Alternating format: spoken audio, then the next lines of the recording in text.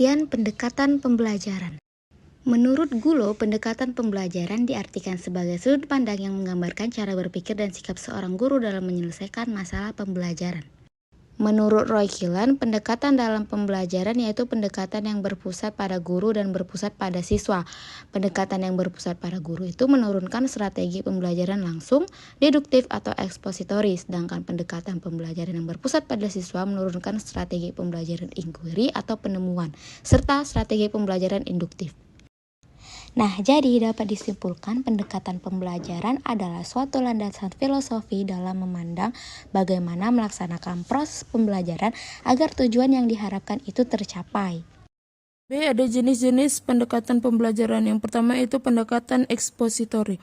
Pendekatan ini menekankan pada penyampaian informasi yang disampaikan sumber belajar kepada peserta. Yang kedua ada pendekatan inquiry. Inquiry mempunyai kesamaan konsep dengan istilah lain seperti discovery, yaitu ada pendekatan pembelajaran secara umum. Yang pertama yaitu pendekatan kontekstual.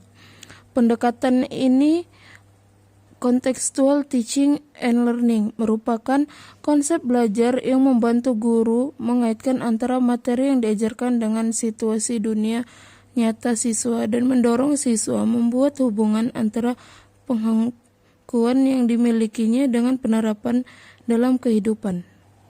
Yang kedua ada pendekatan konstruktivisme.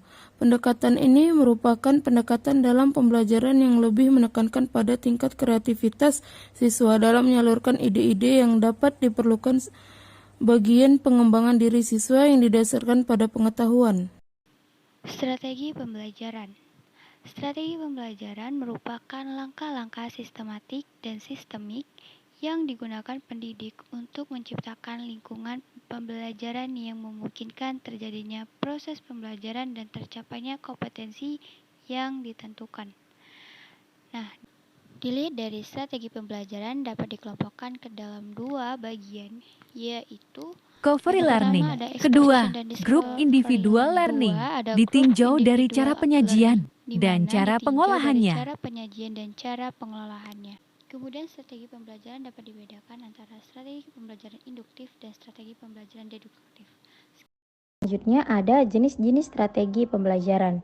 Yang pertama, strategi pembelajaran langsung atau direct instruction. Strategi pembelajaran langsung merupakan bentuk dan pendekatan pembelajaran yang berorientasi kepada guru. Yang kedua, strategi pembelajaran cooperative learning. Cooperative learning adalah strategi pembelajaran yang menekankan kepada proses kerjasama dalam suatu kelompok yang terdiri dari 3 atau 5 orang siswa untuk mempelajari suatu materi akademik yang spesifik. Yang ketiga, strategi pembelajaran problem solving.